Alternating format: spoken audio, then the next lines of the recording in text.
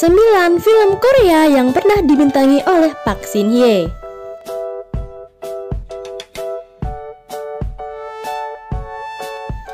Yang pertama ada Evil Twin. Film ini rilis pada tahun 2007 dan bercerita tentang desa Joseon yang damai terganggu oleh kebangkitan mendadak Soyeon, seorang wanita muda yang koma setelah selamat dari kecelakaan tenggelam 10 tahun sebelumnya. Tapi saudara kembar identik Soyeon, Hyojin, yang juga jatuh ke danau tidak seberuntung itu. Hyojin kembali sebagai hantu dan serangkaian kematian yang tidak wajar. Suara tangis yang menakutkan menunjukkan munculnya hantu yang menyimpan dendam yang mengambil satu korban dan demi satu korban.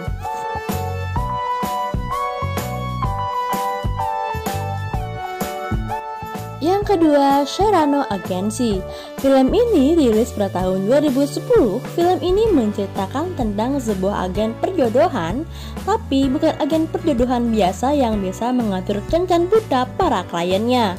Agen perjodohan ini layaknya syuting film di mana kliennya diatur sedemikian rupa, memiliki naskah yang harus dibaca dan dilakukan, memiliki set dan aktris pendukung agar target klien jatuh cinta padanya. Yang lebih hebat lagi, target tersebut tidak tahu kalau ini hanya settingan dari Sherano Agency. Organisasi ini selalu berhasil menjodohkan kliennya tersebut. Pada suatu hari ada klien datang dan target kliennya tersebut ternyata adalah mantan dari salah satu anggota Sherano Agency. Tentu saja Byung-hun bekerja dengan setengah hati dan berawal dari ini konflik pun terjadi.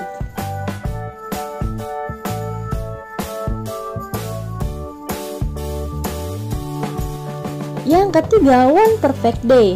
Film ini rilis pada tahun 2013, bercerita tentang Eun-chul yang diperankan oleh Yoon Ki-sang yang sedang berusaha untuk mencari pacar. Ia telah pergi ke serangkaian acara kencan buta namun gagal. Puncaknya saat ia pergi kencan dengan Yeojin diperankan oleh Park Seo-jin yang justru memberikan olok-olokan yang aneh, menjadikan lelucon yang bodoh. Bahkan Yeojin meninggalkannya saat mereka sedang bermain batu kertas gunting. Merasa murung, Eun-chul berjalan tanpa tujuan hingga ia bertemu dengan anjing yang hilang. Ia pun segera mengembalikannya pada pemiliknya. Eun-hye yang diperankan sebagai Park Shin Hye merasa dibantu. Eun-hye bersikeras untuk memberikannya imbalan uang. Namun Eun-chul menolak. Sebaliknya ia meminta kepada Eun-hye untuk bermain batu kertas gunting.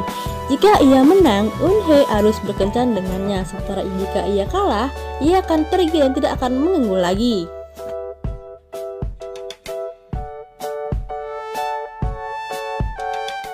Yang keempat ada The Royal Tailor, menggambarkan kehidupan cinta, kecemburuan, dan keinginan orang-orang yang bekerja di Sungyeon selama periode dinasti Joseon. Sungyeon bertanggung jawab atas pakaian yang dikenakan oleh bangsawan. Dolsok adalah ahli-ahli terbaik yang bertanggung jawab atas pakaian kerajaan. Dia memandang aturan yang ditetapkan sebagai yang terpenting untuk pekerjaannya. Kang Jin adalah seorang desainer yang jenius, lahir dengan ketangkasan dan akal yang luar biasa. Dia dibawa ke istana oleh bangsawan Panso yang pertama kali melihat bakatnya.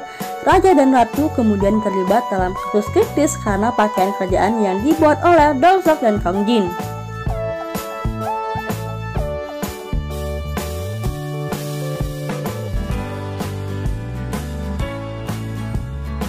Yang kelima ada The Beauty Inside. Film ini menceritakan tentang Han Se-ge, yaitu aktris papan atas juga dikenal sebagai pembuat onar. Dengan banyak rumor di sekitarnya, bagi orang lain hidupnya tampak sebagai misteri. Padahal sebenarnya ia dihadapkan pada kejadian aneh di mana ia harus berganti tubuh dan identitas baru selama 1 minggu dalam sebulan. Ia bertemu dengan So Dae-ji, seorang pria brilian yang merupakan seorang eksekutif di sebuah perusahaan penerbangan. Dia tampaknya memiliki semuanya, penampil yang sempurna, pengetahuan, dan pekerjaan yang baik. Tapi ia juga punya rahasia. Dia menderita prospagonesia, ketidakmampuan mengenali wajah. Namun dia berhasil menyembunyikan dari dunia. Setiap hari dia berusaha mengingat orang dengan kepribadian mereka. Kehidupan So Dae-ji mulai berubah saat ia bertemu dengan Han Se-ge. Dia adalah satu-satunya orang yang wajahnya bisa dikenali, tapi dengan hilangnya Han Seo-gye yang terus-menerus dan mengubah berapa lama dia bisa merahasiakannya.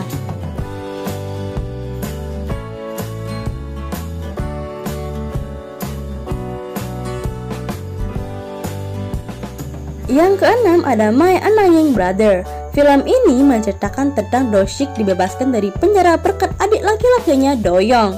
Do-young adalah atlet judo yang menjanjikan. Setelah 15 tahun, Do-sik tiba-tiba muncul di depan Do-young dan mereka mulai hidup bersama.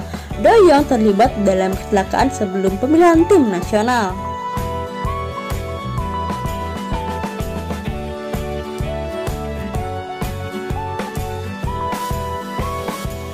Yang ketujuh ada Heartbroken.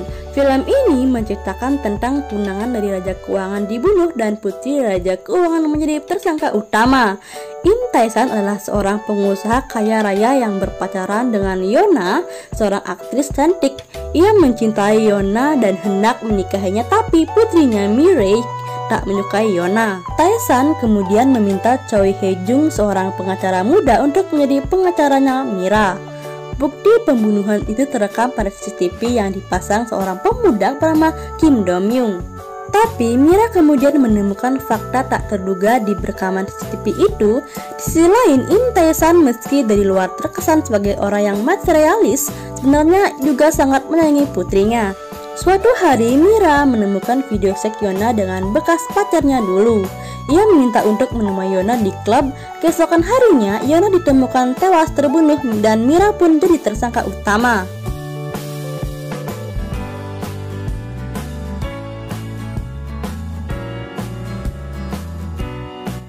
Yang kedelapan ada Alive. Film ini rilis pada tahun 2020 dan bercerita tentang sebuah wabah virus yang secara cepat menyebar dan tak terkendali di kota Seoul. Saat wabah tersebut menyerang manusia, mereka akan berubah menjadi zombie yang puas dan agresif. Akibat hal tersebut, tidak banyak manusia normal yang tersisa. Namun, ada dua orang yang sedang berjuang untuk tetap bertahan hidup, yaitu Oh Jun-woo dan Kim Yoo-bin. Keduanya berusaha menyelamatkan diri dari orang-orang yang sudah terinfeksi.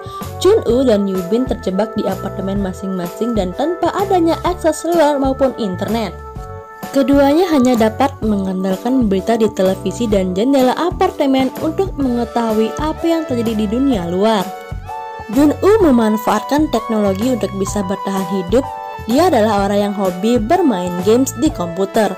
Sementara itu, Yoo-bin memanfaatkan peralatan perkemahan dan teleskop untuk bertahan hidup. Meski memiliki kemampuan yang berbeda dan tinggal bertetangga di kompleks apartemen, mereka bekerjasama untuk bisa menyelamatkan hidup masing-masing.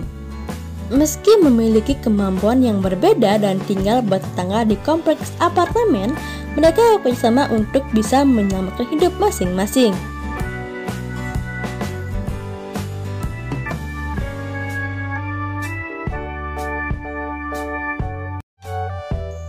Yang kesembilan ada The Call.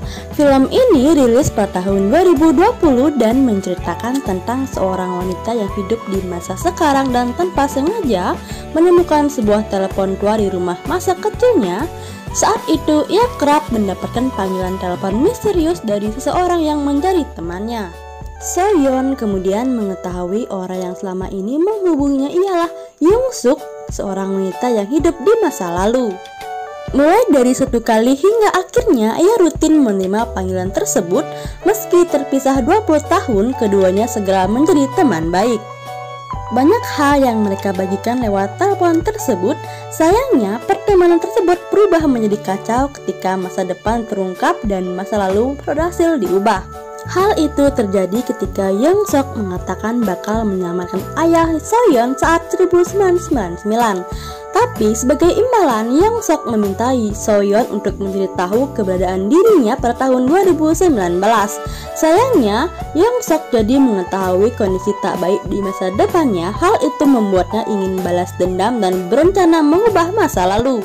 Panggilan telepon yang sempat mendekatkan mereka kini berubah menjadi ancaman. Panggilan telepon Young-suk kini dianggap sebagai gangguan bagi Seo-yeon. Ia pun harus berpikir cepat cara menyelamatkan dirinya dari keluarganya. The Call merupakan debut film panjang sutradara Lee Chon-yoon yang telah memenangkan berbagai penghargaan seperti Jury Prize di Festival Film Pendek Internasional Busan pada 2016 dan film pendek terbaik Festival Film Korea Padis 2017 melalui film pendek Bargain.